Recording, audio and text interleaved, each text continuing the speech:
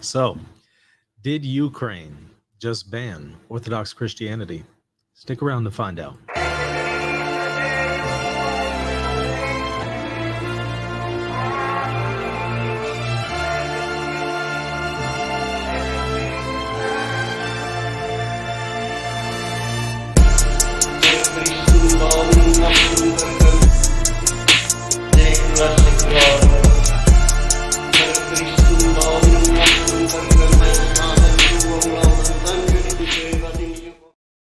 So, we are hearing a lot of people on social media saying that the government of Ukraine has banned Christianity in Ukraine, and specifically Orthodox Christianity.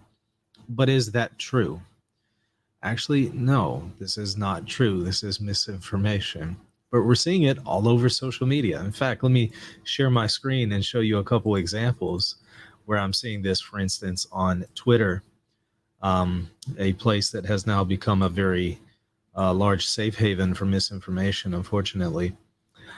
So here is an individual, Dr. Anastasia Lupus, with 1.3 million followers, doctor of medicine, saying Ukraine has officially banned the Christian Orthodox Church. I mean, point blank, Christian Orthodox Church. These Antichrist Satanists are made Christian countries. These Antichrist Satanists made Christian countries send billions of dollars in war aid against Russia.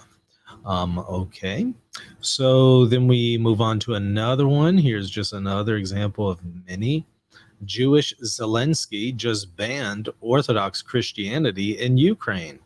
It's the only religion outside of Judaism practiced. So once again, just kind of given the impression that somehow Christianity has been banned and it's, a scheme by the Jews to suppress Christianity. That's the narrative that some are peddling. I love that now Twitter, for all its faults, is community noting some of this and says Christianity is fully functional in Ukraine. Ukrainian legislature passes the law to ban religious organizations linked to Russia, targeting only Ukrainian Orthodox Church controlled by Russian Church. They have 90 days to unlink themselves from Russia. So we know that there is a schism going on, several schisms going on right now in Eastern Orthodoxy. One of them is the schism between Moscow and Constantinople, one among several others. And Moscow has its own group of Orthodox in Ukraine, the Ukrainian Orthodox Church, UOC, and then Constantinople has its own Ukrainian Orthodox in Ukraine, the Orthodox Church of Ukraine, OCU. So UOC and OCU, they're not the same. One is backed by Constantinople, one is backed by Russia. But as you can imagine, the one, backed by Russia, is going to have a difficult time in Ukraine right now, given Ukrainians currently, fighting a war with Russia.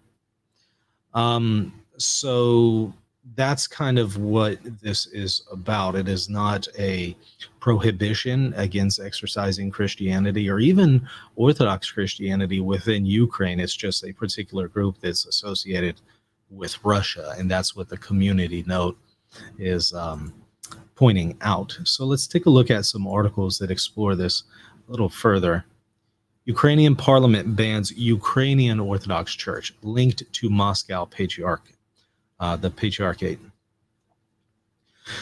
Ukraine's parliament has voted to ban an Orthodox Church with ties to the Moscow Patriarchate. And by the way, also keep in mind there are Eastern Catholics also in Ukraine. So there's certainly Christianity being practiced there that will not be impacted by this. The Ukrainian Orthodox Church, marking a significant move 2.5 years into Russia's invasion of Ukraine, the church is often viewed as a conduit for Kremlin influence within the country. It's a historical decision. Parliament passed a bill banning a subsidiary of the aggressor country in Ukraine, announced a member of parliament, celebrating the outcome. According to a member of parliament, 265 MPs supported the bill, surpassing the required minimum of 226 votes. The new law also includes provisions to ban religious organizations associated with the Moscow-linked church, which such bans to be enforced following a court decision. It's recalled that on August 16th, 2024, Metropolitan Epiphany of Kiev and all Ukraine participated in a teleconference with Zelensky and members of the Ukrainian Council of Churches and Religious Organizations. The discussion focused on several critical issues, including the protection of Ukraine's spiritual independence and the reduction of Russian influence of Ukraine's religious affairs. Now, this Metropolitan Epiphany, he is going to be the one who is in communion with Constantinople. So he's within the good graces of the Ukrainian government. Now, keep in mind that the Russian Orthodox Patriarch considers this group of Ukrainian Orthodox to be schismatic because they're tied to Constantinople, which Moscow has said they are not in communion with. Moscow broke communion with Constantinople related to issues with this group right here. And basically, it is a power struggle. It is Moscow trying to assert its primacy over Constantinople. That's effectively what's going on here. So it continues. In addition, Metropolitan Epiphany has extended an invitation to Metropolitan Onufry. He is the one who is over the Ukrainian Orthodox group that is in communion with the Russian Orthodox Church, or at least stems from it. The relationship between the UOC and the Moscow Patriarchate is shaky due to the war situation, but it still has some ties.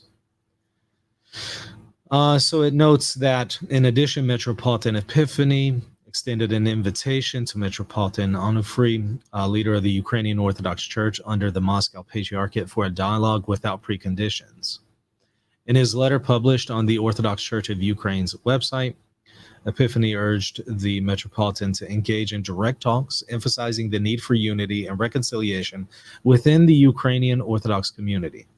The response from the Moscow Patriarchate and the Ukrainian Orthodox Church to the newly adopted law by the Ukrainian parliament remains to be seen. Well, actually, now we are going to see here in just a moment the response, because we do have a reaction. Now, here's another Orthodox source. This is from the Union of Orthodox Journalists. The other one was Orthodox Times. This is Union of Orthodox Journalists breaking the news that Ukraine adopted bill number 8371, banning the Ukrainian Orthodox Church, not the Orthodox Church of Ukraine, Ukrainian Orthodox Church with its ties to Russia. And so it broke that news. And in fact, it has a very short video here. Let me see if I can perhaps get some audio going on this. So let me press play here. Так, треба 226, і тоді закон буде прийнято. Скоріше за все, є 226. Виглядає так, що є 265, є! Рішення прийнято, закон прийнято. Вітаю, колеги. Фракція, покажіть, будь ласка. Шановні колеги, рухаємося далі. All right, so a little bit of celebration going on there on part of some of the members of parliament with the passing of the bill. Now, this comes from orthochristian.com, this group is usually on the side of the Russian Patriarchate and critical of Constantinople. So this article says Constantinople reps in Ukraine to discuss church unity as Parliament greenlights ban on Orthodox Church. Well, very misleading and disingenuous headline, because they didn't ban Orthodox Church, they banned an Orthodox Church, not Orthodox Church. But again, this is the kind of propaganda that they engage in, as again, they tend to be in favor of Russian Orthodoxy. A delegation from the Patriarchate of Constantinople arrived in Ukraine yesterday, a day after they adopted Bill 831, which greenlights the banning of the canonical Ukrainian Orthodox Church. Canonical according to whom? Canonical according to the Moscow Patriarchate, but not canonical according to Constantinople, who's going to say that the other group is now actually canonical. So canonical according to whom? So you can see them tipping their hand here. In the conversation with Patriarch Bartholomew, President Zelensky praised the banning of what is the largest church in the nation for its unifying potential, the head of state said in his nightly address. Well, but it all surrounds the question of who has the ability to grant autocephaly to the Ukrainian Orthodox. Traditionally, Constantinople has that authority and has granted that to the OCU. And the UOC was supposed to get on board with that, but they don't, because there's this infighting between Moscow and Constantinople.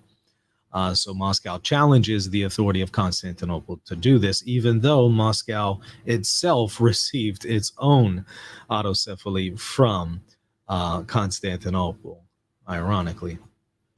I spoke with Patriarch Bartholomew. I thanked him for his support of Ukraine and Ukrainians, our defense, our interdependence. I informed him about the law passed to strengthen our spiritual independence. It's very important that we share a common understanding of the unifying potential for Ukrainian Orthodoxy, that this passed law provides and everything is provided for it in sufficient measure to really eliminate dependence on Moscow and to add unity to Ukraine. International Orthodox outlets have published several articles lately reporting that both Zelensky's administration and Constantinople are increasingly concerned about the Orthodox Church of Ukraine and their project failure to unite Christians in Ukraine. Well, it has failed largely in part due to Moscow, and that's usually the case with anything related to Orthodox unity. It's usually Moscow disrupting things, and so they will pull out of an event, and then a lot of other Orthodox pull out of an event. That's kind of what's going on here.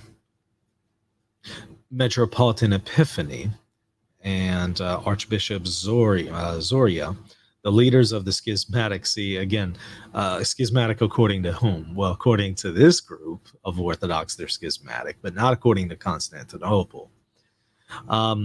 The schismatic OCU were summoned to Constantinople last week, which resulted in Dumenko, that's the Metropolitan Epiphany, publishing a so-called appeal to Metropolitan Onufry with a call for a dialogue on unity. For the UOC, one of the necessary preconditions for such a dialogue is that the OCU stop the forcible seizure of churches and forced transfer of parishes of the Ukrainian Orthodox Church. Well, that can certainly be contested, but I, as an Eastern Catholic, found this fascinating because wasn't it the Orthodox who basically stole a whole bunch of Eastern Catholic churches? Oh, I didn't say that. Didn't they do that in Ukraine and elsewhere? Yeah, with the assistance of the communist government. So now, evidently, the Orthodox don't like it when some of their churches are stolen by other Orthodox, but it's totally fine for them to steal Eastern Catholic churches. Got it. Okay. However, Dumenko reiterated his structure's unwillingness to meet such criteria, calling instead for a dialogue without preconditions. Media reports indicate that Patriarch Bartholomew has finally begun to realize the scale of the violent seizures that have been going on for many years already, and is upset by the picture they create. Interesting also that they are upset by violent seizures, as they claim, given that we've actually seen Russia try to do that with some churches in Africa under the Alexandrian Patriarchate, because Russia is saying that Alexandria is also not in communion and is schismatic, so they've tried to take over some of their churches. We've actually seen some Orthodox bishops post online videos of a Russian priest coming to one of his churches and trying to take it over. Yeah, interesting how that works. Okay. Reportedly, during their recent meeting in Istanbul, Patriarch Bartholomew demanded that Dumenko explain the scale of violent seizures. The OCU had downplayed the reality of the situation. Hundreds of churches have been seized, they claim, saying there have only been isolated incidents that were caused by the UOC faithful refusing to give up their churches. So how do you explain the seizure of cathedrals in Lviv and other places? Bartholomew reportedly then asked, referring to violent seizures in Western Ukraine that created a big stir in the media recently. Dumenko was unable to answer the question. According to this very biased source, right? Take them, should we take them at their word? Well, not necessarily. And yesterday, a Constantinople delegation arrived in Kyiv to celebrate the upcoming 33rd anniversary of Ukrainian independence. Furthermore, special attention will be given to finding ways of understanding between the Orthodox of Ukraine, and dialogue to achieve unity on the ecclesiastical issue, according to Constantinople's Exarchate in Ukraine. The Exarchate writes that the delegation originally planned to arrive last night, but the visit was postponed due to unforeseen technical reasons. On the other hand, the outlet Ukrainian Spiritual Front, ideologically aligned with Constantinople and the schismatics, published the text of Dumenko's letter from last year, convincing Patriarch Bartholomew that the delegation shouldn't come. It's reported that Ukrainian authorities are especially displeased precisely with Dumenko and Zoria for hindering the possibility of church unity. Okay, so now you kind of get a pro-Moscow take. Now we're going to see actually what Moscow Patriarchate is saying, because there is a reaction as of today. Moscow Patriarchate condemns Ecumenical Patriarch Bartholomew over Ukrainian church ban. Moscow Patriarchate has issued a strong denunciation of Ecumenical Patriarch Bartholomew in response to recent adoption of a law banning Ukrainian Orthodox Church. In a statement from the Holy Synod, the Moscow Patriarchate condemned what it described as a witch hunt and directly blamed Patriarch Bartholomew for exacerbating the ecclesiastical schism in Ukraine. This is what we call gaslighting. But I am curious, just kind of a detour here. Where is the Moscow Patriarchate right now in their investigation of Metropolitan Hilarion? If you haven't seen my videos on that, go and watch that. He was basically the right-hand man of the Moscow Patriarchate for a very long time. And now we're seeing him accused of some very unsavory things. And there is some strong evidence against him in some cases. And they're supposed to be doing an investigation there. I'm kind of curious why we haven't heard an update yet. With deep sorrow, we acknowledge the destructive role played in these developments by Ecumenical Patriarch Bartholomew and hierarchs who support him, the statement declared. It criticized their one-sided, hasty, and canonically unsound stance, accusing them of intensifying rather than healing the division of the Ukrainian church. In reality, it's actually Moscow who has created division and intensified that division, as I've shown many times on this show. Again, this is what's called gaslighting. You accuse your enemy of doing the very thing that you do. The Moscow Patriarchate claimed that those recognized by the Fanar as the legitimate church leaders in Ukraine were the same individuals who ardently advocated for the law banning the Ukrainian Orthodox Church. The statement also accused Patriarch Bartholomew of endorsing the prosecution of arrests of Ukrainian Orthodox clergy, comparing his actions to those of historical figures who persecuted religious figures. It further alleged that Bartholomew bears personal responsibility for what it described as the persecution of believers in Ukraine, orchestrated by state authorities with the goal of crucifying and destroying the canonical church. The Moscow Patriarchate's statement pointed to a coalition of senior government officials, MPs, radical politicians, and public figures, including members of schismatic organizations and the Ukrainian Greek Catholic Church. This is going to be the Eastern Catholic Church in Ukraine, as the driving force behind the new law. So they're also throwing Eastern Catholics under the bus. So all of us Eastern Catholics are being shot at here, basically, metaphorically speaking. According to the Moscow Patriarchate, the purpose of this legislation is to eliminate the Ukrainian Orthodox Church and force its faithful to join other religious organizations. Well, kind of like the Russian Church did with Eastern Catholics during that whole bit with communism in Soviet Russia. The statement drew parallels between the current situation and the religious repression of the Soviet era, as well as the destruction of the Albanian Orthodox Church. It reminded the international community that Kirill of Moscow has repeatedly raised concerns about the persecution of Ukrainian Orthodox believers with organizations like the United Nations. The Moscow Patriarchate criticized the West for ignoring the violations of religious rights in Ukraine, despite recognition by some experts and some human rights organizations. How much recognition is there for Eastern Catholics with the Moscow Patriarchate and rights for them? I'm curious. It described the new law as incompatible with the rule of law as a political tool designed to legitimize the destruction of the country's largest religious community. The statement also highlighted an ongoing anti-church campaign by Ukrainian media aimed at discrediting the canonical Orthodox Church of Onufry, which it claimed has led to the illegal seizure of church property despite these challenges. The Moscow Patriarchate asserted that the political leadership in Ukraine felt compelled to take the drastic step of banning the church entirely. Again, irony given Russia's history of kind of doing just that. But okay, I guess we can just sidestep that one. One more for you from the Orthodox Times. President of Ukraine and Ecumenical Patriarch communicated over the phone.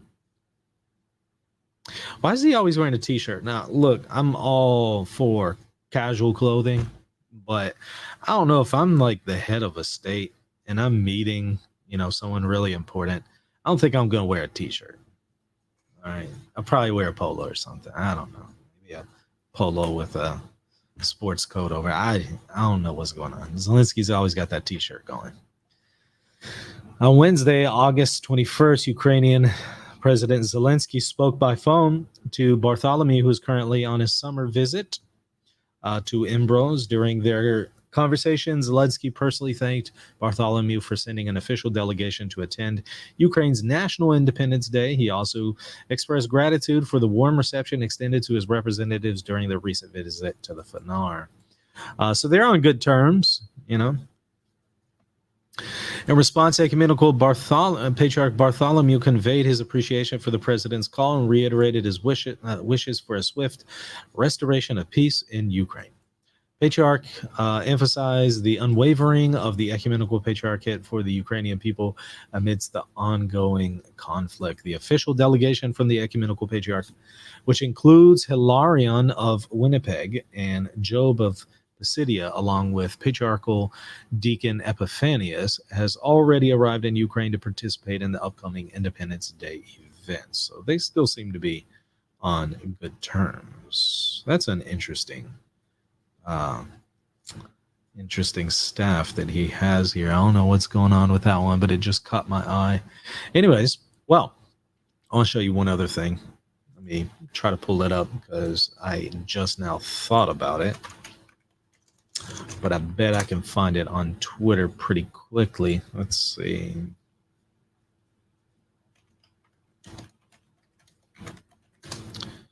For all of those who think that Russia is a bastion of orthodoxy and have constantly bashed the Catholic Church, this one's gonna hurt. It's really gonna hurt. And of course, the Orthodox splainers out there are gonna ignore it. But check it out. So Putin is going to be shown here kissing a Quran. I thought that was pretty interesting. Check it out.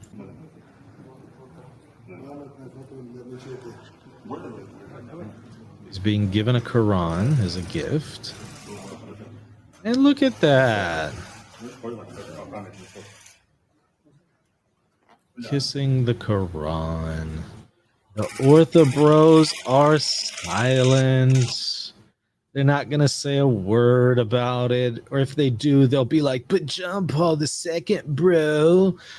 And so they'll slam John Paul II, but they probably won't say anything about that one.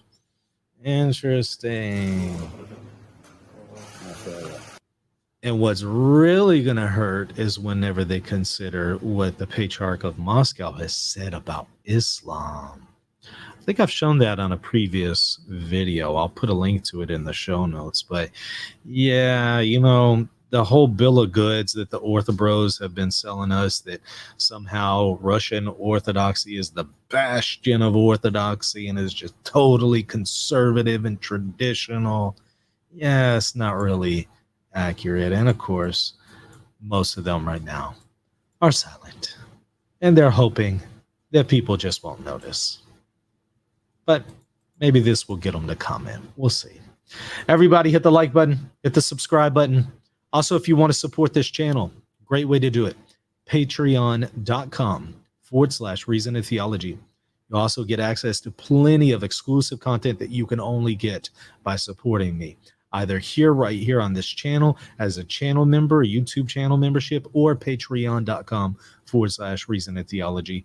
Either way you do it, you'll get access to that extra exclusive content for patrons only.